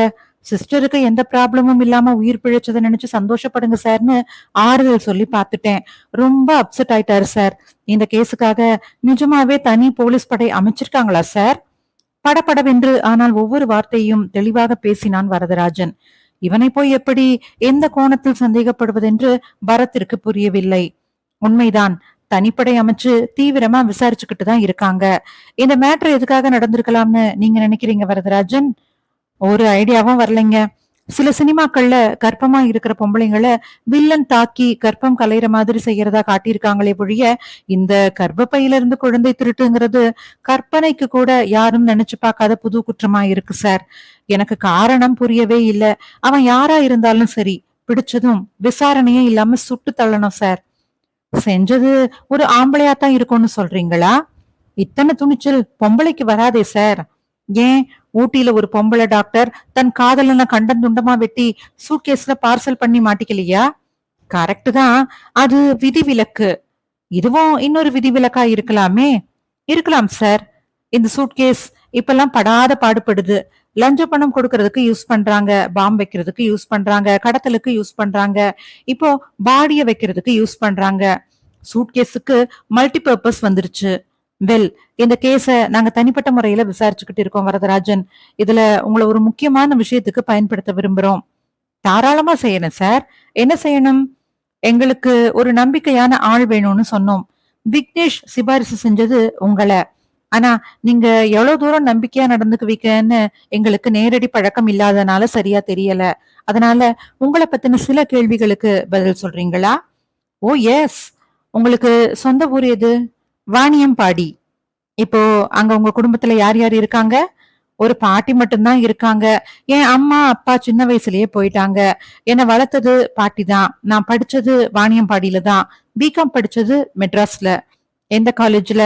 பிரசிடென்சி காலேஜ்ல. எந்த வருஷம் முடிச்சீங்க? 87ல சார். இப்போ உங்க வயசு என்ன? 28 சார். ஹாஸ்டல்ல தங்கி படிச்சீங்களா? ஆமாம். உங்களோட கூட பிறந்தவங்க? ஒரே ஒரு அக்கா. வாணியம்பாடியிலேயே கட்டி கொடுத்துட்டோம். உங்க மச்சான் என்ன செய்யறாரு? பேங்க் ஆஃப் இந்தியால வேலை பாக்குறாரு. பாட்டியோட இருக்கிறது யாரு? அக்கா வீட்டுலதான் பாட்டி இருக்காங்க. ஆனா ஆனா நான் அக்காவையோ பாட்டியையோ பார்த்து பேசி 5 வருஷம் ஆச்சு சார். ஏன்? எனக்கும் மச்சானுக்கும் ஒரு தகராறு. என்ன கை நீட்டி அரைஞ்சிட்டாரு. அன்னில இருந்து பகையாயிடுச்சு. தபாலாவது போடுவீங்களா? ம்ஹும். நான் எங்க இருக்கேன், என்ன செய்யறேன்னு அவங்களுக்கு தெரியாது. படிப்பு முடிஞ்சதுல இருந்து என்ன செஞ்சுக்கிட்டு இருந்தீங்க? டெம்பரரியா பல வேலைகள் செஞ்சேன் sir. Soap oil, bathroom cleaning oil, இதெல்லாம் வீடு வீடா வித்து கொடுக்கறது, விளம்பர போர்டு எழுதுறது, பழைய பேப்பர் வாங்கி கடையில போடுறதுன்னு பலது செஞ்சேன். எவர் சில்வர் பாத்திர கடையில சேல்ஸ்மேனா வேலை பார்த்திருக்கேன். துணி கடையில துணி கிழிச்சிருக்கேன். ஆட்டோ ஓட்டி இருக்கேன். ஏன் எதுல நிலையா இல்ல? என் மனசு அதுல எல்லாம் ஒட்டல சார். காலேஜ்ல நாடகத்துல நடிச்சு பேர் வாங்கினதுனால நடிகன் ஆகணும்னு ஒரு ஆர்வம் மனசுல விழுந்துடுச்சு. இத்தனை வருஷமா அலைஞ்சதுல இப்ப ஒரு வருஷமா தான் சின்ன சின்ன வேஷம் கிடைக்குது. இப்போ வேற வேலை எதுவும் செய்யலையா? இல்ல சார். நம்பிக்கை இருக்கா? நிச்சயமா சார். தமிழ்ல எந்த படத்துல எல்லாம் நீங்க நடிச்சிருக்கீங்க? அப்படி கேட்க கூடாது சார். எந்த படத்துல எல்லாம் நீங்க தலைய காட்டியிருக்கீங்கன்னு கேளுங்க. சின்ன கவுண்டர்ல பஞ்சாயத்துல மனோரமா ஆட்சியை உட்கார வச்சுட்டு விஜயகாந்த் சார் வெளியூர் போவார் சார். அதுல முதல் வரிசையில நானும் நிப்பேன். வசனம் எல்லாம் இல்ல. அபூர்வ சகோதரர்கள்ல உன்ன நினைச்சு பாட்டுல கமல் சார் பக்கத்துல நிப்பேன். வசனம் பேசினது இல்லையா? 2 தெலுங்கு படத்துல பேசியிருக்கேன் சார். அதுவும் ஒரு வரி 2 வரி. பாலகிருஷ்ணா சார் படத்துல அவர் ஆபீஸ் மேனேஜர், நான் கிளர்க். சார், பெங்களூர்ல இருந்து உங்களுக்கு போன் வந்திருக்கு அப்படின்னு நான் சொல்லுவேன். யூனியன்ல மெம்பரா இருக்கீங்களா? இன்னும் சேரல சார். சேரணும். இப்ப நீங்க தங்கி இருக்கிற ரூமுக்கு என்ன வாடகை? 600 ரூபாய் சார். கட்டுப்படி ஆகுதா? கையில காசு இருந்தா மசால் தோசை, தட்டுப்பாடா இருந்தா பிரெட்டும் ஜாமும். என்ன சார் செய்யறது? சரி, ஏன் ஏதாச்சும் ஒரு வேலையில இருந்துகிட்டே சினிமால முயற்சி செய்யக்கூடாதா? அது சரியா வராது சார். சுத்திக்கிட்டே இருந்தா தான் சின்ன சான்ஸ் ஆவது கிடைக்கும். திடீர்னு கூப்பிடுவாங்க. வேலையில இருந்தா அடிக்கடி லீவ் போடுறது சிரமமாச்சே சார். கல்யாணத்தை பத்தி என்ன யோசனை? நானே இன்னும் காலை ஊனலையே சார். வயசாயிடுமே வரதராஜன். வருமானம் இல்லாம திருமணம் எப்படி சார்? காதல் அனுபவம் உண்டா? சந்தர்ப்பம் ஏற்பட்டுச்சு சார், கட்டுப்படுத்திக்கிட்டேன். அது எப்படி முடியும்? வேற லட்சியம் மனசுல இருக்கிறப்ப காதலுக்கு இடமில்லை சார். எந்த பேங்க்லயாவது அக்கவுண்ட் வச்சிருக்கீங்களா? எதுக்கு சார்? பணம் போட்டு வைக்கத்தான். இருந்தா தானே சார் போடுறதுக்கு. சினிமா கம்பெனில செக் தர மாட்டாங்களா? நான் என்ன சார் கார்த்திகா பிரபுவா செக் வாங்குறதுக்கு? இந்த கொடுமையான சம்பவம் நடந்த அன்னைக்கு நீங்க ஊர்ல இல்ல போல இருக்கு. ஆமா சார். எங்க போயிருந்தீங்க? ஹைதராபாத். ஒரு தெலுங்கு படம் சார். வசனம் பேசுனீங்களா இல்லையா? Court setup sir. நான் டவாலியா நின்னேன். ராமுடு ராமுடு ராமுடுன்னு கூப்பிட்டேன். படத்துக்கு என்ன பேர்? படத்துக்கு பேரு ராமுடு சார். உங்களை ட்ரெயின்ல கூட்டிக்கிட்டு போனாங்களா? ஆமா சார். இந்த சின்ன கேரக்டருக்கு அங்க ஆள் கிடைக்காதா? மெனக்கெட்டு மெட்ராஸ்ல இருந்து கூட்டிக்கிட்டு போகணுமா? ப்ரொடக்ஷன் கம்பெனி மெட்ராஸ்ல இருக்கு சார். அதோட ப்ரொடக்ஷன் மேனேஜர் எனக்கு பழக்கம். அதான். பெரிய கம்பெனியா? என்ன பேரு? விஜயலட்சுமி கம்பைன்ஸ். புது கம்பெனி சார். இது முதல் படம். யாரு ஹீரோ? அதுவும் புதுமுகம் சார். தேவராஜுலுன்னு பேரு. ஹீரோயின் பம்பாயில இருந்து இறக்குமதியா? Correct sir. மோலிகா குல்கர்னின்னு பேரு. பெங்காலி ஸ்வீட் பேர் மாதிரி இருக்கு. ஓகே வரதராஜன், இன்னைக்கு வேணாம். நாளைக்கு விக்னேஷ் மூலமா நானே உங்களை காண்டாக்ட் பண்றேன். சரி சார். அப்ப நான் புறப்படலாமா சார்? நீங்க என்று விக்னேஷை பார்த்தான். நானும் வந்துடுறேன் என்று எழுந்தான் விக்னேஷ். அவர்கள் இருவரும் போனதும் சுசீலா நடுநடுவில் எழுதி கொண்ட தகவல் குறிப்புகளை பார்த்தாள். ரொம்பத்தான் வளவளான்னு விசாரிச்சீங்க பரத். காரணமா தான் சுசி. அவன் சொல்ற தகவல் எதையாச்சும் சரி பார்த்துக்கிற மாதிரி அவனை பதில் சொல்ல வைக்க அவ்வளவு கேள்வி கேட்க வேண்டியதா போயிடுச்சு. 2 தகவல்கள் மெட்ராஸ்லயே சரி பார்க்கலாம். ஒன்னு பிரசிடென்சி காலேஜ் இல்லையா? அது கூட முக்கியம் இல்ல. அத தப்பா சொல்லியிருக்க மாட்டான். விஜயலட்சுமி கம்பைன்ஸ்னு ஒண்ணு இருக்கா? அவங்க ராமுடுன்னு புதுமுகம் தேவராஜுலுவை வச்சு தெலுங்கு படம் தயார் செய்யறது உண்மையா? சம்பவம் நடந்த அன்னைக்கு ஹைதராபாத்ல அந்த படத்தோட கோர்ட் சீன் எடுத்தாங்களா? இந்த தகவல்கள் தான் முதல்ல சரி பார்க்கணும். எப்படி தெரிஞ்சுக்கலாம் பரத்? சிம்பிள். சினிமா தகவல்களோட நடமாடும் வங்கி இருக்காரே. யாரு? Film news Anandan. அவர் போன் நம்பர் பாரு. சுசீலா பிரபலமானவர்கள் விலாச புத்தகத்திலிருந்து போன் நம்பர் கண்டுபிடித்து போன் செய்து பேசி வைத்தாள். பிரசாத் ஸ்டுடியோவுல ஒரு பட பூஜைக்கு போயிருக்கிறாராம். நமக்கு அர்ஜென்ட் சுசி. நேரா பிரசாத் ஸ்டுடியோக்கே போயிடலாம். புறப்படு. உனக்கு 10 நிமிஷம் டைம் தரட்டுமா? எதுக்கு? நீ பனியன் மாத்திக்கிறதுக்கு. தேவையே இல்ல. அடுத்த சாப்டர்லயும் இதே பனியனோட தான் இருக்க வேண்டி இருக்கும். அதுக்காக சொன்னேன். சினிமா ஷூட்டிங் சம்பந்தமா take 2, double positive, production number 2 இப்படி ஏதாச்சும் பனியன் வச்சிருப்பியே. அதான் சொல்லிட்டீங்களே, போதும் போலாம் வாங்க. இத பாரு சுசி, செட்டுல யாராச்சும் நடிகை என்கிட்ட சிரிச்சு பேசினா நீ அப்புறமா இங்க வந்துதான் திட்டணும், சரியா? பெரிய மைக்கேல் ஜாக்சன் நினைப்பு. அலட்டாம வாங்க என்ற சுசீலா மேஜை மேல் இருந்த அவனது தொப்பியை எடுத்து அணிவித்தாள். அதன் முன்புறத்தில் ஹவ் இஸ் இட் பாசிபிள் இருந்தது. பின்புறத்தில் விதவுட் மீ என்றிருந்தது. ஏய், இதென்ன புதுசா தொப்பியில எம்ப்ராய்டரி லெட்டர்ஸ்? ஏன் நீங்க தான் வசன பனியன் போடுவீங்களா? நாங்க வசன தொப்பி போடக்கூடாதா? இனிமே அப்பப்ப இந்த மாதிரி கலக்கிறதா உத்தேசம். வசனம் எப்படி அத சொல்லு. சகிக்கல என்று அணிவித்த தொப்பியை கழற்றி போட பரத் பாய்ந்து எடுத்து மறுபடி வைத்துக் கொண்டான். அத்தியாயம் 6. கோடம்பாக்கம் பாலம் இறங்கியதுமே வரிசையாக அந்த புது படத்திற்கான பூஜை போஸ்டர்களை, பேனர்களை சந்தித்தார்கள். பிரசாத் ஸ்டுடியோ வாசலில் பெரிய கட்டவுட்டில் கதாநாயகன் ஜரிகை மாலை துடிக்க கையில் AK-47 துப்பாக்கி வைத்திருந்தான். அக்கினி தேவன் என்று படத்தின் பெயர் அந்த துப்பாக்கி முனையிலேயே ஆரம்பித்திருந்தது. உள்ளே முந்தா நாள் மார்க்கெட்டிற்கு வந்த கார்களையும் பார்க்க முடிந்தது. எங்கும் ஜரிகை பந்தல், மருதாணி பூசி ஓரத்தில் செம்பட்டையாக்கின தலையுடன் நிறைய பெண்கள் நடனமாட யார் நடிகை யார் கெஸ்ட் என்று புரியவில்லை. தோளில் கேமரா மாட்டியவர்களும் வீடியோ கேமரா சுமந்தவர்களும் ஒதுக்குப்புறமாக நின்று தம்மடிக்க நடிகர்களை விடாமல் கவர் செய்து கொண்டிருந்தார்கள்.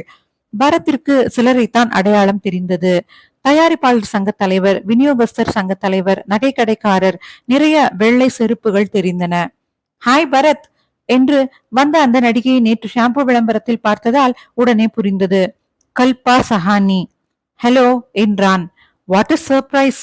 ஐ எம் கல்பா சஹானி, உங்க ஃபேன் சார். ஒரு நாள் ஷூட்டிங்ல கேன்சல் ஆனாலுமே நீங்க துப்பறியிற நாவலை தான் படிச்சுக்கிட்டு இருப்பேன். ஹாய் சுசீலா என்று இயல்பாக 2 பேருக்கும் மெத்தென்று கை கொடுத்து முகத்தில் புரண்ட கூந்தலை விலக்கி கொண்டாள். வரிசையா 2 படம் ஹிட் ஆயிடுச்சு போல இருக்கு. எல்லாம் நெடுங்காடி நீரஜா அம்மா உத்தரவு. அது யாரு? உங்க அம்மாவா? எல்லாருக்கும் அம்மா, சாமியார் அம்மா. நான் சின்ன வயசுல இருந்தே அவங்க பக்தை சார். ஓ, அவங்கதான் உங்களை நீச்சல் ட்ரெஸ்ல நடிக்க சொன்னதா? குட் ஜோக் என்று அதிர சிரித்தாள். பரத், நீங்க எனக்கு ஒரு உதவி செய்யணுமே. உங்க வீட்டு தோட்டத்துல உங்களோட ஷட்டில் காக் விளையாடணுமா? மை குட்னஸ், நீங்க ஷட்டில் காக் ஆடுவீங்களா? எப்ப வர்றீங்க? Tomorrow morning? ம். உங்களுக்கு எப்ப ஷூட்டிங் கேன்சல் ஆகும்? ஏன், அன்னைக்கு ஃபுல் டே விளையாட முடியுமே. பரத், நமக்கு நேரமாகல என்றாள் சுசீலா. இரு சுசி, கல்பா ஏதோ உதவி கேக்குறாங்க. அதை செய்ய முடிஞ்சு செய்யாம போனா அவங்களோட பல லட்ச ரசிகர்களை பகச்சுக்கிட்டதாயிடும். நீங்க பேசிக்கிட்டு இருங்க, நான் வரேன் என்று சுசீலா பூஜை நடந்து கொண்டிருக்கும் கும்பலான திசையில் நடக்க இவர்கள் பிளாஸ்டிக் நாற்காலிகளை இழுத்து போட்டுக்கொண்டு அமர்ந்தார்கள். சொல்லுங்க கல்பா, என்ன உதவி? எனக்கு ஒரு தம்பி சார், கராத்தை எல்லாம் கத்து வச்சிருக்கான். த்ரில்லர் சினிமா ஒண்ணு விட மாட்டான். எப்ப பாரு டிடெக்டிவ் நாவல்ஸ கட்டி பிடிச்சுக்கிட்டு தான் தூங்குவான். படிப்பாரா? படிச்சுட்டு தான் தூங்குவான். அவனுக்கு ஒரு பெரிய டிடெக்டிவா வரணும்னு ஆசை சார். நீங்க தான் சார் ட்ரைனிங் கொடுக்கணும். எங்க ஆபீஸ்ல இப்ப ஒண்ணும் வேகன்சி இல்லையே கல்பா. அப்படி எல்லாம் சொல்லக்கூடாது சார். உண்மையா அப்படித்தானே சொல்லணும். ரொம்ப தமாஷ் சார் நீங்க என்று சிரித்தாள். ஐ எம் சீரியஸ் பரத் என்றாள். யாருக்கெல்லாம் தந்தி கொடுக்கணும்? யோ, இப்படி கடிக்கிறீங்களே. இத மட்டும் யாராச்சும் ரிப்போர்ட்டர் கேட்டா வேற மாதிரி எழுதிடுவாங்க. எழுதிட்டுமே, உங்களுக்கு கவலை இல்லையா? கவலைப்பட்டு எதுவும் ஆக போறதில்ல பரத். ஒவ்வொரு செய்திக்கும் மறுப்பு சொல்லிக்கிட்டு இருந்தா அதுக்கே நேரம் சரியா இருக்கும். அதனால என்னை பத்தி கிசுகிசு வந்தா நானே படிச்சு ரசிச்சுக்குவேன். சில கிசுகிசுக்கள் கோவப்படுத்தாதா? சுவாரஸ்யம்னு நினைச்சா சுவாரஸ்யம். இதுக்கெல்லாம் நான் மேடை போட்டு நிரூபிக்கவா முடியும்? விடுங்க பரத், என்ன வேணும்னாலும் எழுதிட்டு போறாங்க. என் மேல நிஜமான அன்பு வச்சிருக்கிறவங்களுக்கு என்னை பத்தி தெரியும். அது போதும் எனக்கு. நிஜமான அன்பு நிறைய பேர் வச்சிருக்காங்க போல இருக்கே. சச்ச, சூரியனை யார் வேணும்னாலும் சொந்தம் கொண்டாடிக்கலாம். சூரியனோட இஷ்டம் தானே முக்கியம். எந்த படத்துல இந்த வசனம் வருதுங்க? இது சொந்தமா பேசுறேங்க. ஒரு கேட்க கூடாத கேள்வி கேட்கட்டுமா? வயசு தானே, நிஜமாவே 15 தான். யாருமே நம்ப மாட்டேங்கிறாங்க பரத். முகத்தை பார்த்தா கண்டிப்பா நம்பலாம். நான் கேட்க நினைச்சது அது இல்ல. வேற என்ன? சுஷீல எப்போ ரகசிய திருமணம் செஞ்சுக்க போறீங்க? அப் டு டேட்டா தெரிஞ்சு வச்சிருக்கீங்களே, அது யோசிக்க வேண்டிய விஷயம் பரத். ஏன், ரொம்ப பயந்தாங்குழியா இருக்கான். டிரைவ் இன் வரமாட்டேங்கிறான், டிஸ்கோ வரமாட்டேங்கிறான். ஒத்து வருமானு தோணல. ஆசை மட்டும் வச்சிருந்தா போதுமா? நிரூபிக்க வேண்டாமா? பூங்கொத்து அனுப்பி நிரூபிக்கணுமா? அப்படி இல்ல. யுனோ என்று கண்ணடித்தாள். நிஜமாவே எனக்கு புரியலைங்க. சுசீலா வந்தாள். வாங்க பரத், வாங்க போகலாம். பிலிம் நியூஸ் ஆனந்தனை பார்த்து நான் விசாரிச்சுட்டேன் என்றாள். என்ன சொன்னார்? அப்படி ஒரு கம்பெனி உண்டாம். ஆனால் ராமுடுன்னு எந்த படமும் அவங்க எடுக்கலையாம். சில பேருக்கு போன் போட்டு பேசிட்டு சொன்னாரு. தேவராஜுலுன்னு எந்த புது நடிகனும் வரலையாம். இன்ஃபேக்ட் சம்பவம் நடந்த அன்னைக்கு ஹைதராபாத்ல ஒரு ஸ்டன் மாஸ்டர் இறந்துட்டதுனால ஷூட்டிங் எதுவுமே நடக்கலையாம். பரத் எழுந்து கொண்டான். அப்படின்னா வரதராஜன் ஒரு ரீல் மன்னன், சினிமா ஸ்கோப்ல சுத்தி இருக்கான். ஏன் தெரியலையே. நேரா போய் அவன் கழுத்தை பிடிக்கலாமா? Kalpa, meet you later. Shuttle cock எப்போ பரத்? சொன்னனே உங்களுக்கு ஷூட்டிங் கேன்சல் ஆகுறப்போ. ஓகே, நானே போன் பண்றேன். என் தம்பிய நாளைக்கு வந்து பார்க்க சொல்லட்டுமா? போன் பண்ணிட்டு வர சொல்லுங்க. பேர் என்ன? கல்பா சஹானி. தம்பி பேர் என்னங்க? கிஷோர் சஹானி. அவளை விட்டு விலகி காருக்கு வந்து ரிவர்ஸ் எடுத்து திரும்பி சாலைக்கு வரும் வரை காத்திருந்து விட்டு கேட்டாள் சுசீலா. எதுக்கு அவ தம்பிய அனுப்புறாளாம்? என்ன மாப்பிள்ள கேட்டு சம்பந்தம் பேச. அலையாதப்பா. அவனுக்கு டிடெக்டிவ் ஆகணும்னு ஆசையான். நான் ட்ரைனிங் கொடுக்கணுமா. போன் செஞ்சா நான் இல்லைன்னு சொல்லிடு. ஏன், நான் இருக்கேனே. வர சொல்லி நேர்ல பாக்குறேன். ஆள் அழகா இருந்தா அப்பாயின்மெண்ட் போட்டுடுறேன். ஏய், இவ தம்பி நிச்சயமா அழகாத்தான் இருப்பான். வேண்டாம். இருந்தா என்ன, சைட் அடிக்க சௌகரியம். எங்களுக்கு மட்டும் அந்த உரிமை இல்லையா? நீங்க மட்டும் அவகிட்ட வழிஞ்சு வழிஞ்சு பேசலையா? இண்டஸ்ட்ரியில இப்ப என்ன நிலவரம்னு தெரிஞ்சுக்கத்தான் பேசினேன் சுசி. எவ்வளவு புரட்சிகரமான சிந்தனை எல்லாம் கல்பா வச்சிருக்கா தெரியுமா? ரெடிகுலஸ். போத விழ போகுது என்று அவன் காதை திருகினாள் சுசீலா. அத்தியாயம் 7. அவர்கள் வரதராஜன் தங்கியிருந்த அறைக்கு வந்தபோது அது பூட்டப்பட்டிருந்தது. வரிசையாக இருந்த 4 அறைகளில் அடுத்த அறையில் 4 பேர் ரம்மி விளையாடி கொண்டிருந்தார்கள். சுசிலாவை பார்த்ததும் பாதி ஆட்டத்தில் எழுந்து சிகரெட்டை அணைத்து லுங்கியை சரி செய்து கொண்டு பொறுப்பாக பதில் சொன்னார்கள். யாரு? வரதராஜனா? இப்பதான் 1/2 மணி நேரம் முன்னாடி இந்த ரூம காலி செஞ்சான். என்னது? காலி செஞ்சிட்டானா? ஏன்? என்னமோ பரபரன்னு எல்லா சாமானையும் எடுத்து பெட்டியில போட்டுக்கிட்டு இருந்தான். என்னப்பான்னு கேட்டேன். வேற ஏரியால ரூம் பாத்துருக்கிறதா சொன்னான். நான் தான் ஆட்டோ கூட்டிக்கிட்டு வந்தேன் என்றான் இன்னொருவன். எங்க போறேன்னு சொல்லலையா? புது அட்ரஸ் தரலையா? ஏதோ அர்ஜென்ட்ல இருக்கிறதா சொன்னான் சார். ஞாயிற்றுக்கிழமை வர்றப்போ தரேன்னு சொன்னான். வரதராஜனை நாங்க உடனடியா பாக்கணுமே. உடனடியானா கஷ்டம். சாயங்காலம் 6 மணிக்குன்னா பாக்கலாம். எங்க பாக்கலாம்? ரீட்டா நர்சிங் ஹோம்ல. அங்க எதுக்கு அவன் வருவான்? எதுக்கு வருவானா? அங்கதான் சார் அவன் நைட் டியூட்டி வேலை பாக்குறான். வேலை பாக்குறானா? என்ன வேலை? ரீட்டா நர்சிங் ஹோம் உள்ள ஒரு 24 ஹவர்ஸ் மெடிக்கல் ஷாப் இருக்கு சார். இவன் அங்க ஈவினிங் 6 மணிக்கு போயிட்டு காலையில 6 மணி வரைக்கும் வேலை பார்ப்பான். பில் போடுறது, ஆர்டர் போட்டு சரக்கு வாங்குறது, இந்த மாதிரி கிளர்க் வேலை. 2000 ரூபாய் சம்பளம். அப்போ அவன் சினிமால நடிக்கலையா? சினிமாலயா? வரதராஜனா? யார் சொன்னது? ராத்திரி பூரா மெடிக்கல் ஷாப்ல வேலை பார்த்துட்டு பகல் பூரா எங்களோட உட்காந்து கார்ட்ஸ் ஆடுவான் சார். அவனுக்கு கார்ட்ஸ் எப்பவும் நல்லா பேசும். இதுல வேற 300 200ன்னு சம்பாதிச்சிருவான் சார். எங்க இருக்கு ரீட்டா நர்சிங் ஹோம்? பெசன் நகர்ல ராஜாஜி மாளிகை இருக்கு தெரியுமா? தெரியும். அதுக்கு பக்கத்துல புதுசா கட்டுனது. அவன் ரூம் சாவி யார்கிட்ட ஒப்படைச்சிட்டு போனா?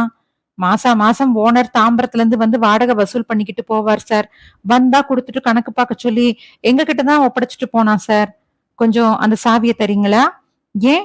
அந்த ரூம திறந்து பார்க்கணும். எதுக்கு? ஏதாச்சும் தடயம் கிடைக்குதான்னு பார்க்கணும். தடயமா? ஆமா, வரதராஜன் ஒரு பெரிய குற்றம் செஞ்சிருக்கான். குற்றமா? என்ன குற்றம் சார்? விளக்கி சொல்ல இப்ப நேரம் இல்ல. சாவிய கொடுங்க. பரத், சுசீலா வரதராஜன் தங்கியிருந்த அறையின் சாவி வாங்கி கொண்டு வந்து திறந்தார்கள். குப் என்று வரவேற்றது சிகரெட் நெடி. ஜன்னலை திறந்துவிட்டு லைட்டை போட்ட பிறகும் கூட அந்த அறை கொஞ்சம் இருட்டாகத்தான் இருந்தது. கட்டப்பட்டிருந்த நைலான் கொடி காற்றில் வளைந்து போன அலுமினிய ஹேங்கர்கள் 2 காற்றில் தொட்டுக்கொண்டு சத்தம் செய்தன. காலி செய்த போது புறக்கணிக்கப்பட்ட ஓரமெல்லாம் கிழிந்த பாய், ஓட்டைகள் நிறைந்த பனியன், பழைய டூத் பிரஷ், அடிக்கருத்து போன பிளாஸ்டிக் மக் என்று தரையில் கிடந்தன. பரத் குப்பை தொட்டியாக்கப்பட்டிருந்த காலி அட்டை பெட்டியை எடுத்து கவிழ்த்தான். சிகரெட் பெட்டிகள், துண்டுகள், தீக்குச்சிகள், பல்லவன் பஸ் டிக்கெட்டுகள் சிதறின. சுவரில் விட்டு சென்றிருந்த கேலண்டரில் எப்போதோ இளமையில் கொடுத்த போசில் ஸ்ரீதேவி. நீங்க சந்தேகப்பட்டது சரியா போச்சு. நாம அவனை கூப்பிட்டு கேஷுவலா விசாரிச்சதுல உஷாராகி அவசர அவசரமா காலி செஞ்சிருக்கான் பாருங்க. எத்தனை போய் பாரு. ரீட்டா நர்சிங் ஹோம்ல வேலை பார்த்திருக்கான். ஆனா இத்தனை நாளா விக்னேஷ் கிட்ட சினிமா சான்ஸ் தேடிக்கிட்டு இருக்கிறதா சொல்லி இருக்கான். அவன் அங்க மெடிக்கல்ஸ்ல இருக்கிறதுனால அந்த தையல் நரம்பு சுலபமா கிடைச்சிருக்கும் பரத். இவனுக்கு ஆபரேஷன் செய்ய தெரியுமோ இல்ல அதுக்கு யாரையாவது சேர்த்துக்கிட்டானோ? அது அப்புறம் விசாரணையில தெரிஞ்சுட்டு போகுது. ஆக இந்த ராஸ்கல் இதுல சம்பந்தப்பட்டிருக்கிறது மட்டும் நிச்சயம். இப்போ எங்க போயிருப்பான்? விசாரிப்போம் வா. அந்த அறையில் பூட்டி கொண்டு மறுபடி அடுத்த அறைக்கு வந்தார்கள். ஆட்டோ கூட்டிக்கிட்டு வந்ததா சொன்னது யாரு? நான் தான் சார். என் பேரு இளங்கோ. தெரிஞ்ச ஆட்டோவா அது? இல்ல, ரோட்ல போனதை நிறுத்தினேன். வரதராஜன் ஆட்டோல ஏறினப்போ பக்கத்துல இருந்தீங்களா? இருந்தேன் சார். மொத்தம் எத்தனை லக்கேஜ் எடுத்துக்கிட்டு போனா? 2 சூட்கேஸ், ஒரு அட்டைப்பெட்டி, ஒரு ஜம்மு காலத்துல சுத்தின படுக்க, ஒரு பிளாஸ்டிக் வாளி முழுக்க ஏதேதோ சில்லறை சாமான்கள் இருந்துச்சு சார். எந்த ஏரியாவுக்கு போகணும்னு கூட ஆட்டோக்காரங்கிட்ட வரதராஜன் சொல்லலையா? திருவான்மியூர்னு சொன்னான் சார். வரதராஜனை உங்களுக்கு எல்லாம் எத்தனை வருஷமா பழக்கம்? வருஷமா? அவன் இங்க வந்து சேர்ந்தே 6 மாசம் தான் சார் ஆச்சு. அதுக்கு முன்னாடி எங்க யாருக்கும் அவனை தெரியாது. ரைட். வரதராஜனை தேடி இங்க அடிக்கடி யாரு வருவா? அவனை தேடி வர ஒரே ஆளு அவன் ஃப்ரெண்டு சாமிநாதன் சார். அவன் வந்துட்டா இவன் பாதி ஆட்டத்துல எந்திரிச்சு அவனோட போயிடுவான். யார் அது சாமிநாதன்? அவன் கன்னிமரா லைப்ரரியில வேலை பாக்குறான் சார். அதுக்கு மேல அவனை பத்தி எதுவும் தெரியாது சார். வரதராஜனுக்கு அடிக்கடி போன் வருமா? வரும் சார். எதிர் வீட்டுல கம்ப்யூட்டர் இன்ஜினியர் விக்னேஷ்னு இருக்கார். அவரோட நல்ல பழக்கம் இவனுக்கு. அவங்க வீட்டு போன்ல இவனை யாராச்சும் கூப்பிடுவாங்க. அவங்க அங்கிருந்து கை தட்டி கூப்பிடுவாங்க. இவன் போய் பேசிட்டு வருவான். போன்ல யார் பேசுவா? அது தெரியாது சார். பேசிட்டு வந்ததும் போன் செஞ்சது யாருன்னு நீங்க யாரும் கேட்டது இல்லையா? சில தடவை கேட்டப்ப பர்சனல் மேட்டர்னு சொன்னான். அதனால அதுக்கப்புறம் கேக்குறது இல்ல சார். வரதராஜன் சிகரெட் பிடிப்பானா? அவன் ஊதி தள்ளுன்னு சிகரெட் காசை வச்சு ஒரு பொட்டி கடையே ஆரம்பிக்கலாம் சார். தண்ணி எப்பவாவது பீர் மட்டும் சாப்பிடுவான். வேற கஞ்சா, அபின் அந்த மாதிரி பழக்கம் உண்டா? எங்களுக்கு தெரிஞ்சு அதெல்லாம் கிடையாது சார். லேடீஸ் விஷயத்துல அவன் எப்படி? ச்சே, அதெல்லாம் இல்ல சார். உனக்கு என்னப்பா, உன் ஆஸ்பத்திரியில நிறைய நர்ஸ் சைட் அடிக்கலான்னு நாங்க கிண்டல் செய்வோம். அவன் சும்மா சிரிச்சுக்குவான். யாரையாச்சும் லவ் செஞ்சானா? ஏதாவது தெரியுமா? ஒரே ஒரு தடவை எல்டாம்ஸ் ரோட்ல ஒரு மாருதி எஸ்டீம் வண்டியில அவனை பார்த்தேன். காரை ஓட்டுனது ஒரு அழகான பொண்ணு. அப்புறம் விசாரிச்சா எங்க ஹாஸ்பிட்டல்ல வேலை பார்க்கற ஒரு லேடி டாக்டர் அவங்க என்ன ஒரு ஆபீஸுக்கு துணைக்கு கூட்டிக்கிட்டு போனாங்கன்னு சொன்னா. அவன் சொந்த ஊர் எதுன்னு தெரியுமா? வாணியம்பாடின்னு சொல்லியிருக்கான். ஆனா அங்க போறதில்லைன்னு சொல்லியிருக்கான். உங்களுக்கு தெரிஞ்சு அவன் எந்த சினிமாலயும் நடிச்சதில்ல. நடிக்க முயற்சி செஞ்சதும் இல்ல. அப்படித்தானே? அது நிச்சயம் சார். சினிமா சம்பந்தப்பட்ட ஆசாமிங்க யாரும் அவனை தேடி வந்து போனதே இல்லையா? இல்ல சார். பரத் மேற்கொண்டு அவர்கள் ஒவ்வொருவரையும் தனித்தனியாக அவர்களை பற்றி விசாரிக்க சுசீலா குறிப்பெழுதி கொண்டாள். புறப்பட்டார்கள். விக்னேஷ் வீட்டுக்கு போலாமா பரத்? வேணாம். இப்போ அவனை குழப்ப வேண்டாம். முருகேசனுக்கு போன் செஞ்சு எக்மோர் சென்ட்ரல் எல்லாம் வேணாம் சுசி. அவன் திருவான்மியூருக்கு தான் ஆட்டோல போயிருக்கான். வெளியூருக்கு ஓடி போற உத்தேசம் இருக்கிறதா தெரியல. இன்னும் கொஞ்சம் தகவல்களோட முருகேசனை பார்க்கலாம், நியூட்டனை பார்க்கலாம், யார வேணும்னாலும் பார்க்கலாம். இப்ப கற்புள்ள இடத்துக்கு போகலாம். வாட்? கன்னிமரா லைப்ரரிக்கு என்றான் பரத். கன்னி மாறா. அத்தியாயம் 8. லைப்ரரியில் அறிவு பெருக்கம் அமைதியாக நிகழ்ந்து கொண்டிருந்தது. ரகசியமாக புத்தகத்திற்குள் பேசிக்கொண்ட ஒரு ஜோடி படிப்பதற்காக வந்ததாக தெரியவில்லை. 2 பேர் நிம்மதியாக கவிழ்ந்து உறங்கிக் கொண்டிருக்க செருப்பு சத்தம் கேட்காமல் நடந்து ஒரு பெண் என்சைக்ளோபீடியா எடுத்து பேப்பர் சத்தம் கேட்காமல் புரட்டினாலும் அவள் வளையல்களின் சத்தம் இன்னொரு கோடியில் எழுதி கொண்டிருந்தவனை இம்சைப்படுத்தி கொண்டிருந்தது. சுவாமிநாதன் மாடியில இருப்பாருங்க என்றார்கள். மாடியில் கேட்க டீ குடிக்க போயிருப்பாருங்க என்றார்கள். வற்புறுத்தி கேட்டதும் யாரையோ விசாரித்து இன்னைக்கு வரலைங்க என்றார்கள். அவர் வீட்டு விலாசம் வேணுமே, அர்ஜென்ட்டா பாக்கணும். என்ன விஷயங்க? கல்யாண விஷயங்க. அவருக்கு தான் கல்யாணம் ஆயிடுச்சு. அப்படியா? அவர் தங்கச்சி கல்யாண விஷயமாவா? அது எப்படி கரெக்டா சொன்னீங்க? திருவான்மியூர்ல இருக்கு வீடு. இருங்க, விலாசம் எழுதி தரேன். மாடிப்படிகள் இறங்கிய போது மேலே 2 பெண்கள் ஏறி வர வந்தவர்கள், ஏண்டி இப்படி அப்பாஸ் அப்பாஸ்னு அலையற? மீச கூட கிடையாது அவனுக்கு. போடி, ஃபேஷன் தெரியாத மக்கு.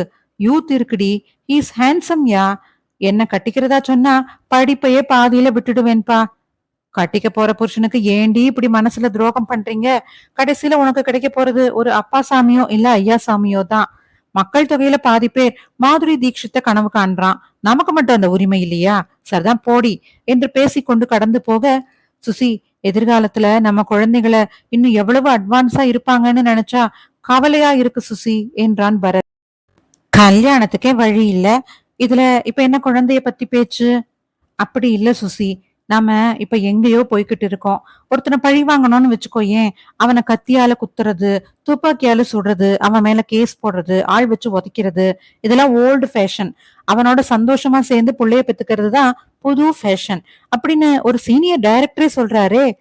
வேற கிரகம், எதிர்கால மனுஷன், இப்படியெல்லாம் சயின்ஸ் பிக்ஷன் என்ன கற்பனை செஞ்சாலும் ஒத்துக்குவாங்க. அடுத்த நூற்றாண்டுல ஒரு பெண் இப்படி செயல்படலாம்னு அவர் கற்பனை செஞ்சா தப்பா? சச்ச, ஒத்துக்கிறதும் ஒத்துக்காததும் இல்ல என் பிரச்சனை. பின்ன ஒரு ஆதங்கம் தான்.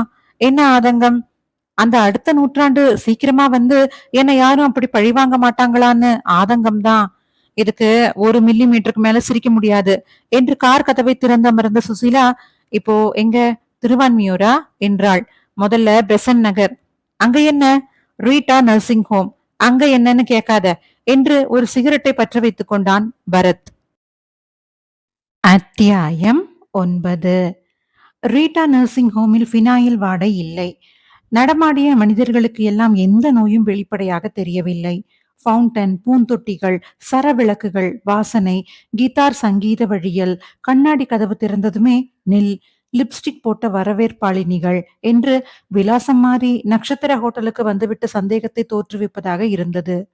எஸ் என்றவளை, பெங்களூர் அழகி போட்டியில் நீங்கள் ஏன் கலந்து கொள்ளவில்லை என்ற கேள்வி கேட்க தோன்றியது.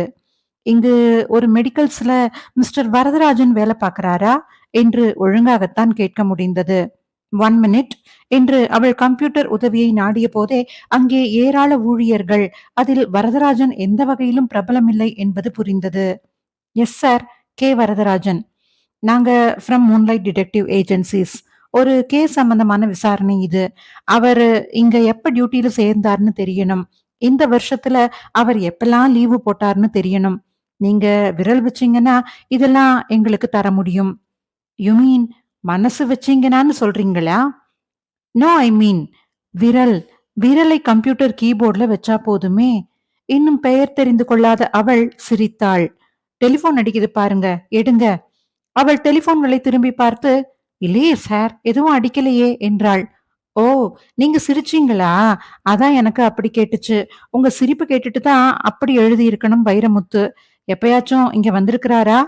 நீங்க ரொம்ப குறும்பா பேசுறீங்க சார். தேங்க்யூ. நான் கேட்ட விவரங்கள் கொடுத்தா இன்னொரு தேங்க்யூ சொல்லுவேன். அவள் இந்த முறை ஓசை வராமல் புன்னகைத்துவிட்டு கீபோர்டில் விரல்களை ஒற்றினாள்.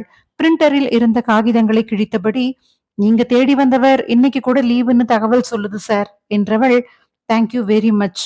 மெடிக்கல் ஸ்டோர்ஸுக்கு எப்படி போகணும்? பிரிஸ்கிரிப்ஷனோட தான் போகணும் என்றாள். நம்ம வேவ் தானா நீங்க? கேட்க வேணாமேன்னு நினைச்சேன். சரி, கேட்டுடுறேன். என்ன பேரு Mrs Aparna. Who is that lucky man? Brito. ஒரு அன்லக்கி மேன். ஏன்? டிவர்ஸ் ஆயிடுச்சு என்றவள் தலையை சாய்த்து அவனை பார்த்து, உங்க அட்ரஸ் கார்டு ப்ளீஸ் என்றாள். அந்த ப்ளீஸுக்கு தயவு செய்து தாண்டி வேறு அர்த்தங்கள் தெரிய சுசீலா பரத்தின் கையை பிடித்து இழுத்து, பரத், ஃபர்ஸ்ட் ஃப்ளோர்ல இருக்கோம், மெடிக்கல்ஸ் வாங்க என்றாள். கார்டு கேட்டேனே. கார்டு தானே, போஸ்ட் ஆபீஸ்ல கிடைக்கும். கம்பரத். பரத் அவளை திரும்பி பார்த்தபடி லிப்டுக்கு நடந்தான். அந்த மெடிக்கல்ஸில் பெண்கள் யாருமின்றி ஒரு தாத்தா வார் வைத்த பேண்ட் அணிந்து தொப்பி வைத்திருந்தார். அறிமுகத்திற்கு பிறகு கேட்ட கேள்விகளுக்கு கிடைத்த பதில்களில் இருந்து கிடைத்த தகவல்கள் யாதெனில், அங்கே அந்த ஜெர்மன் கம்பெனியின் புது நரம்பு வாங்கப்படுகிறது. போலீஸ் வந்து அதை பற்றி விசாரித்து விட்டு போனது. எத்தனை நரம்பை ஹாஸ்பிட்டல் உபயோகத்திற்கு எடுத்தோம், எத்தனை நரம்பு வெளியே யாருக்கு விற்றோம் என்று சரியாக சொல்ல முடியாது. வரதராஜன் பொறுப்பில்லாதவன். திடீர் திடீர் என்று லீவு போட்டு விடுவான். வந்தாலும் வேலையில் அக்கறை இல்லை. எப்போதும் ஏதோ ஒரு சிந்தனை. கர்ப்பத்திருட்டு நடந்த தினத்தில் வரதராஜன் வழக்கம் போல லீவுதான். அவனை தேடி கன்னிமரா லைப்ரரியின் வேலை பார்க்கும் ஒரு ஆசாமி மட்டும்தான் வருவான். ஆஸ்பத்திரிக்கு அவனுக்கு போன் வருவதில்லை. இந்த ஆஸ்பத்திரியில் குழந்தை எதுவும் திருட்டு போனதில்லை. அந்த தாத்தா தினம் அருகம்புல் சாறு அருந்துவார். லிப்டில் கீழே இறங்கும்போது, சுசி, நீ கோவிச்சுக்கிட்டாலும் பரவாயில்ல, அந்த அபர்ணா கிட்ட ஒரு விஷயம் விசாரிக்க விட்டு போச்சு, அதை மட்டும் விசாரிச்சிடலாம். என்ன, அவ எங்க தங்கி இருக்கிறான்னு கேட்கணுமா? என்ன கேவலப்படுத்துறியே. அதில்ல, கேஸ் சம்பந்தமா தான்.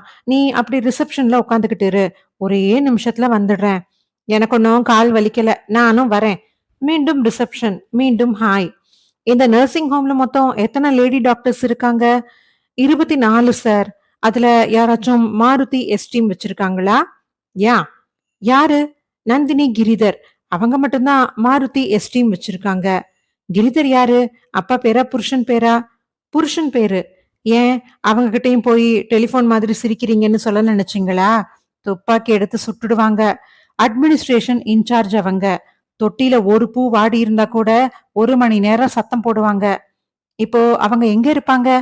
3rd ஃப்ளோர்ல. ரைட்ல திரும்பினா என்று அவள் வழி சொல்லிக் கொண்டே பரத் நீட்டின விலாச அட்டையை சத்தமில்லாமல் இழுத்து கொண்டாள். நந்தினி கிரிதர் ஒரு கண்டிப்பான டீச்சர் மாதிரி தெரிந்தார். மேடம், நீங்க கேள்விப்பட்டிருப்பீங்க, சுதாங்கிற பொண்ணோட கேஸ்ல இங்க வேலை பார்க்கிற வரதராஜன் சம்பந்தப்பட்டிருக்கலாம்னு நாங்க சந்தேகப்படுறோம். அவனை பத்தி உங்க அபிப்பிராயம் என்றான் பரத். அவன் அவ்வளவு தூரம் டேஞ்சரஸ் ஆசாமியான்னு எனக்கு தெரியாது. ஆனா வேலையில சின்சியாரிட்டி கம்மி. நிறைய திட்டு வாங்குவான். தப்பா எடுத்துக்காதீங்க. எப்பயாவது எதுக்காகவாவது அவனை உங்க கார்ல ஏத்திக்கிட்டு எல்டாம்ஸ் ரோட்ல போயிருக்கீங்களா? எஸ், ஒரு தடவை போயிருக்கேன். அங்க ஒரு மெடிசன் ஹோல்சேல் டீலர் இருக்கார். அவர் சொன்ன டிஸ்பேட்ச் டீடைல்ஸ் இந்த ஆள் கொடுத்த லிஸ்ட்ல டேலி ஆகல. அதனால கையோட கூட்டிக்கிட்டு போய் கணக்கு சரி பார்த்தேன். தேங்க்யூ. ஆஸ் அ டாக்டர், இந்த குழந்தை திருட்டு எதுக்காக நடந்திருக்கலாம்னு உங்களால யூகிக்க முடியுதா? புரியல சார். No idea. அந்த வரதராஜன் நிறைய லீவு போட்டதுனால அவனை வேலையை விட்டு அனுப்பலான்னு இருந்தேன். நீங்க வேற கிரிமினல் கேஸ்ல சந்தேகப்படுறீங்க. நிச்சயமா வேலையை விட்டு அனுப்பிடுறேன். அதுக்கு அவசியம் இருக்காதுன்னு நினைக்கிறேன். ஏன்? அவனே இனிமே இங்க வரமாட்டான்ங்கிறது என்னோட யூகம் என்று எழுந்து கொண்டான் பரத். அத்தியாயம் 10. திருவான்மியூரில் பஸ் ஸ்டாண்ட் எதிர்ப்புறம் மரங்கள் அடர்ந்த அந்த தனிமையான சாலையில் மெதுவாக காரை ஓட்டினாள் சுசீலா. நிறுத்து, இதோ இருக்கு 42 என்று சிகரெட்டை வெளியே சுண்டினான். அது 8 வீடுகள் கொண்ட பிளாட்ஸ். ஸ்டூல் போட்டு அமர்ந்திருந்த வாட்ச்மேன் கத்தியால் நறுக்கி நாருரித்து பனங்கிழங்கு சாப்பிட்டுக் கொண்டிருந்தான். சுவாமிநாதன் பிளாட் எதுங்க? அதான் கன்னிமரா லைப்ரரியில வேலை பாக்குறாரே, 3வது மாடி 6வது நம்பர் வீடு. நீங்க? அவங்க தங்கச்சி கல்யாண விஷயமா வந்திருக்கிறோம். லிப்ட் இருக்கா? லிப்ட் எல்லாம் இல்ல சார். மாடிப்படிகளில் ஏறி 6ஆம் நம்பர் வீட்டு முன்னால் நின்றார்கள். வாசலில் ஸ்டிக்கர் கோலம் ஒட்டப்பட்டிருந்தது. கதவில் சரஸ்வதி பூஜைக்கு தெளித்த சந்தனத்தை இன்னும் துடைக்காமல் இருந்தார்கள். மணி அடித்ததும் உள்ளே துணி சரசரத்து, வளையல்கள் சினுங்கி திறந்த பெண் மிடியில் இருந்தாள். கையில் டிவியின் ரிமோட். என்ன வேணும்? நீங்க சுவாமிநாதனோட சிஸ்டர் தானே? ஆமா என்றாள் கொஞ்சம் ஆர்வத்துடன். சுவாமிநாதன் இல்லையா? வெளியில போயிருக்கிறார். உங்க கல்யாண விஷயமா அவரை பார்க்க கன்னிமரா லைப்ரரி போயிருந்தோம். இன்னைக்கு லீவுன்னாங்க. அதான் அட்ரஸ் விசாரிச்சுக்கிட்டு கார்ல பெட்ரோல் ரொப்பிக்கிட்டு இங்க வந்தோம். என்ன விஷயம்னு விவரமா வாசல்லையே நின்னு சொல்றதுல எங்களுக்கு ஒன்னும் ஆட்சேபனை இல்ல. சாரி, உள்ள வாங்க. நகர்ந்து வழிவிட்டாள். சோஃபாவில் கிடந்த பாதி நிலையிலிருந்து வயர்கூடை, பேப்பர் எல்லாம் ஒதுக்கி இடம் பண்ணி டிவியை அணைத்தாள். உட்காருங்க. நீங்க எங்க இருந்து வரீங்க? கன்னிமரா லைப்ரரியில இருந்து. அது இல்ல, வெளியூரான்னு கேட்டேன். இல்ல, உள்ளூர் தான். உங்களை கட்டிக்க போற மாப்பிள்ள எப்படி இருக்கணும்? ஓ, நீங்க கல்யாண புரோக்கரா? சச்ச, ஒரு ஆர்வத்துல கேட்டுட்டேன். அண்ணன் எங்க போயிருக்கிறாரு? எங்கன்னு சொல்லல. அவர் ஃப்ரெண்டு கூட போயிருக்காரு. அந்த ஃப்ரெண்டு வரதராஜன் தானே? ரீட்டா நர்சிங் ஹோம்ல வேலை பாக்குறவரு? கரெக்ட். உங்களுக்கு அவரை தெரியுமா? தெரியும். அவர் ரூம காலி பண்ணிக்கிட்டு சாமான எல்லாம் ஆட்டோல இங்க கொண்டாந்து இறக்கினாரா? சரியா? நேர்ல பார்த்த மாதிரியே சொல்றீங்களே. அதான் பாக்குறேனே. அந்த ரூம்ல பெட்டி, படுக்கை, வாளி என்று கதவு திறந்திருந்த அறைக்குள் சுட்டி காட்டினான். அவர் தங்கியிருந்த ரூம்ல ஏதோ பிரச்சனையா, உடனே காலி பண்ண சொல்லிட்டாங்களாம். வரதராஜன் சொன்னாரா? ஆமாம். சுசீலா பரத்தின் காதுக்குள் 101வது பொய் என்றாள். என்ன சொல்றாங்க? குடிக்க தண்ணி கிடைக்குமான்னு கேக்குறாங்க. அவங்க கொஞ்சம் கூச்ச சுபாவம். சாரி, உங்களுக்கு எதுவுமே நான் கொடுக்கல. 1 மினிட், லைம் ஜூஸ் போட்டு தரேன். சொல்லி காட்டினா உடனே சமர்த்தா புரிஞ்சுக்கிறீங்க. அவள் சமையல் அறைக்குள் செல்ல, பரத், சுசி, வந்ததும் நீ அவகிட்ட பேச்சு கொடு. நான் வரதராஜன் பெட்டிகளை கொஞ்சம் ஆராய்ச்சி பண்ணணும் என்றான். எப்படி உள்ள போவீங்க? அரத பழசாத்தான் ஒரு ஐடியா இருக்கு. ஆனா ஒர்க் அவுட் ஆகும். லைம் ஜூஸ் கொண்டு வந்து கொடுத்தாள் அவள். குடித்துவிட்டு, எக்ஸ்கியூஸ் மீ, நீங்க பேசிக்கிட்டே இருங்க, நான் டாய்லெட் என்று அந்த அறைக்குள் வந்து லேசாக கதவை மூடிவிட்டு வரதராஜனின் பொருட்களை நெருங்கினான். 10 நிமிடத்தில் வெளியே வந்தான் பரத். உங்க அண்ணனும் வரதராஜனும் இப்ப திரும்பி வருவாங்களா கல்யாணி? வருவாங்க. மத்தியானம் அவருக்கும் சேர்த்து சமைக்க சொல்லிட்டு போனாரு அண்ணன். ஆனா எத்தனை மணிக்கு வரேன்னு சொல்லல. பை என் பேரு கல்யாணி இல்ல, தீபிகா. கல்யாணின்னு சொன்ன மாதிரி இருந்துச்சுங்க தீபிகா என்று வாட்சை பார்த்த பரத், மணி 12:30 ஆகுது. மத்தியான சாப்பாட்டுக்கு எப்படியும் இன்னும் 1 மணி நேரத்துல வந்துருவாங்க. நாங்க இருந்து பாத்துட்டே போறோம். உங்க வீட்ல போன் இல்லை போல இருக்கே. இல்லைங்க, பக்கத்து வீட்ல இருக்குங்க. பண்றீங்களா? வேணாங்க, அறிமுகம் இல்லாதவங்கள தொல்லை செய்யக்கூடாது. நாங்க வெளியில போய் பேசிட்டு வந்துடுறோம். வா சுசி. தப்பா எடுத்துக்காதீங்க. அண்ணனுக்கு தெரிஞ்சவன்னு சொல்றீங்க. கல்யாண விஷயமா வந்திருக்கிறதா சொல்றீங்க. உங்களுக்கும் சமைக்கிறேனே, இங்கேயே சாப்பிட்டுடுறீங்களா? சம்பந்தம் முடியாம கை நினைக்க கூடாது. சிரமப்படுத்தாதீங்க. நீங்க டிவி பாருங்க. மறுபடி வந்து பெல் அடிக்கிறோம். அதுக்குள்ள முடிஞ்சா? முடிஞ்சா? இல்ல வேணாம், விட்டுடுங்க. பரவாயில்ல, என்னன்னு சொல்லுங்க. முடிஞ்சா உங்ககிட்ட புடவை இருந்தா புடவை மாத்திக்கோங்க. எதுக்கு? மாடர்ன் ட்ரெஸ்ல உங்களை பார்த்தாச்சு. புடவையில பார்த்தா கரெக்டா ஒரு ஐடியா கிடைக்கும். மை காட், நீங்க என்ன பொண்ணு பார்க்க வந்தீங்களா? பரவாயில்லையே, இப்பவாவது புரிஞ்சுக்கிட்டீங்க. வந்துடுறோம். சுசீலாவுடன் படிகளில் இறங்கினான் பரத். ஏன் பரத் பாவம், அந்த பொண்ணை இப்படி அலைகழிக்கிறீங்க? சரி, வரதராஜன் பொட்டியில இருந்து ஏதோ ஒரு தகவல் கிடைச்சிருக்குன்னு புரியுது எனக்கு. இப்போ முருகேசனுக்கு போன் செய்யறதுக்காக போறோம்னு புரியுது. ரைட்? தீபிகாவுக்கும் உனக்கும் 1000 வித்தியாசம் சுசி. எப்படி கப்புன்னு புரிஞ்சுக்கிற பாரு. முதல் வேலை, நம்ம காரை இங்க நிறுத்தக்கூடாது. சாப்பாட்டுக்காக திரும்பி வரவங்க சந்தேகப்பட்டு அப்படியே போயிடலாம். காரை அடுத்த தெருவுல நிறுத்திடலாம். காரை அடுத்த தெருவில் நிறுத்தினார்கள். டெலிபோன் பூத் தேடி அலைந்தார்கள். என்ன கிடைச்சது? அத சொல்லுங்க. 10 நிமிஷத்துல டீப்பா எதையும் பார்க்க முடியல சுசி. என்ன உறுத்தின ஒரு விஷயம், அவன் பெட்டியில இருந்த ஒரு பெரிய இங்கிலீஷ் புக் தான். கன்னிமரா லைப்ரரியில இருந்து எடுக்கப்பட்ட புக். வரதராஜன் அதுல மெம்பர் போல இருக்கு. என்ன புக் அது? From pregnancy to delivery. தமிழ்ல சொல்லணும்னா கர்ப்பம் முதல் பிரசவம் வரை 700 பக்கம் சுசி. எக்கச்சக்கமான கலர் படங்கள். ஒவ்வொரு மாசமும் கர்ப்பத்துல இருக்கிற குழந்தையோட நிலையை சாப்டரா சொல்லி இருக்காங்க. இந்த புக் இவன்கிட்ட இருக்கிறத வச்சே நமக்கு சந்தேகம் அதிகமாகலை? நிச்சயமா. எனக்கு கிளியர் கட்டாவே தெரியுது. இந்த வரதராஜனும் சுவாமிநாதனும் சேர்ந்துதான் இத பண்ணி இருக்கானுங்க. காரணம் தான் என்னன்னு புரியல. லாக்அப்ல வச்சு விசாரிச்சா சொல்றானுங்க. ராஸ்கல்ஸ். பரத் அந்த பப்ளிக் பூத் சென்று முருகேசனிடம் பேசினான். நான் சொல்ற அட்ரஸுக்கு வாங்க சார். 2 கான்ஸ்டபிள்ஸோட வாங்க. ஜீப்பை அடுத்த தெருவுல நிறுத்திட்டு வாங்க என்று வரதராஜனின் விலாசம் சொல்ல ஆரம்பித்தான் பரத். அத்தியாயம் 11. மீண்டும் சுவாமிநாதன் வீட்டிற்கு அவர்கள் வந்தபோது தீபிகா புடவை மாற்றியதோடல்லாமல் அவசரமாக முகம் கழுவி பவுடர் போட்டுக்கொண்டு அலங்காரமாக இருந்தாள். இப்போது கண்களை நேராக சந்திக்க கொஞ்சம் தயங்கினாள். நீங்க யாருக்காக என்ன பார்க்க வந்திருக்கீங்கன்னு சொல்லவே இல்லையே என்றாள் தயக்கமாக. மாப்பிள்ளைக்காகத்தான். அதான், மாப்பிள்ளை யாரு? எனக்கு ஒண்ணு விட்ட சித்தப்பா பையன். தம்பி முறை வேணும். ரொம்ப அடக்கமான பையன். அவள் புரியாமல் பார்த்தாள். என்ன பாக்குறீங்க? விட்டுடுங்க. நாங்க 2 பேர் பார்த்தா போதும்னு சொல்லிட்டான். பாட தெரியுமா தீபிகா? பரத் என்றாள் சுசீலா. வரதராஜனும் சுவாமிநாதனும் வர வரைக்கும் பொழுது போகணுமேன்னு பார்த்தேன். கர்நாடிக் பாடணும்னு அவசியம் இல்ல. தொட்ட பெட்டா ரொட்டு மேல முட்டை பரோட்டா அந்த மாதிரி தத்துவ பாட்டு பாடினாலும் ஓகே. எனக்கு பாட வராது சார். வராதுன்னு கஷ்டப்படுத்தாதீங்க. விட்டுடுங்க. வேற என்ன செய்யலாம்? பரத், சும்மா பேசிக்கிட்டு இருந்தா கூட போதும் என்றாள் சுசீலா. சரி, எங்க தீபிகா, இந்த புதிய பொருளாதார கொள்கையால நம்ம நாட்டு தனிநபர் வருமானம் உயரும்னு நினைக்கிறீங்களா? எனக்கு அரசியல் எல்லாம் தெரியாது சார். இது அரசியல் இல்லைங்க, பொருளாதாரம். சரி, அரவிந்த் சுவாமியோட அடுத்த படம் என்னங்க தீபிகா? மின்சார கனவுகள் சார். இப்படி சுலபமா கேக்குறத விட்டுட்டு நான் தான் சிக்கல் பண்ணிட்டேன். சாரி. ராணி ஜெயராஜ் சினிமால நடிப்பாங்களா மாட்டாங்களா? அழைப்பு மணி ஒலித்தது. அவள் போய் திறந்தாள். போலீஸ்காரர்களை கண்டதும் மிரண்டு போனாள். முருகேசன் அவளை தாண்டி உள்ளே வந்தார். கான்ஸ்டபிள்களும். எங்க எங்க எங்க பரத்தவன்? உட்காருங்க சார். எந்த நேரமும் அவங்க வந்துருவாங்க. உள்ளே வந்த தீபிகா, என்ன பேசிக்கிறீங்க நீங்க? என்ன இதெல்லாம் என்றாள் கலக்கமாக. ஒண்ணுமில்லைங்க தீபிகா, பதறாதீங்க. ஒரு முக்கியமான விஷயமா வரதராஜனையும் உங்க அண்ணனையும் ஒரு இடத்துக்கு கூட்டிக்கிட்டு போக வேண்டி இருக்கு. அதுக்காகத்தான் இவங்க வந்திருக்காங்க என்றான் பரத். எங்க கூட்டிக்கிட்டு போகணும்? லாக்அப்புக்கு. மை காட், எதுக்கு? கொஞ்சம் பொறுமையா இருமா, அவங்க வந்துடட்டும், அப்ப புரியும் என்றார் முருகேசன். சற்று நேரத்தில் மீண்டும் அழைப்பு மணி.